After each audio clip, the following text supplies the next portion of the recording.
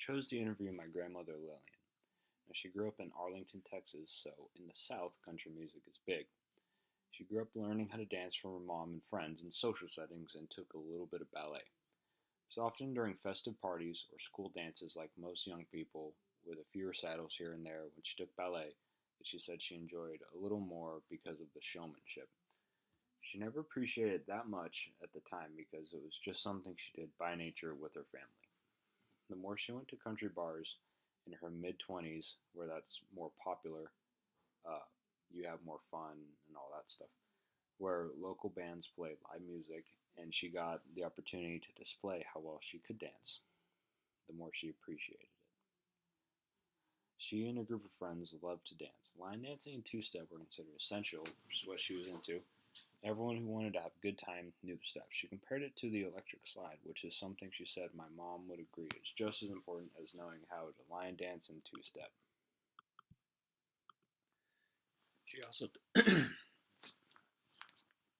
she also talked about how she would always see other forms of dance that she wasn't into and not really understand them until she actually tried them.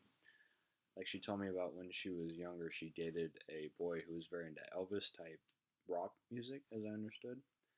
She didn't really think it made much sense, moving her hips around all silly to a type of music that she wasn't particularly fond of.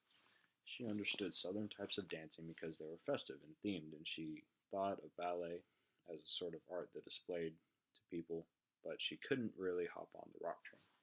Just shaking her hips around to some music seemed really silly to her.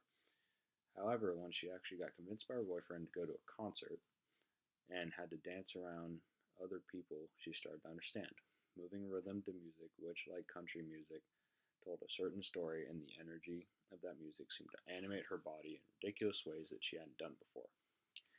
She said she probably looked silly, but that was one of the fondest memories of dancing she has. When I asked if she still enjoys dancing today, she said absolutely. She said dancing will never go out of style, which is something I can definitely agree with. She said that it allowed her to feel like herself. She explained to me that over time she danced and it would feel awkward at first. However, the more she got out of her head and into her body, the better she felt about it. I definitely know how she feels because anytime I would be in a dance setting as a kid, I always felt self conscious. However, when I did dance, it felt very liberating to finally get out of my own head. When I asked her what she thought about dance today, she said it was interesting that different types of dances, like mainstream things today, can be so different from what you would typically think when you picture dance, but still contain the same meaning. They still get the same thing out of it. They still get out of their head and start enjoying themselves like she did. Though styles may change, the foundations of why dancing is important will stay strong and thrive as a medium of expression and art.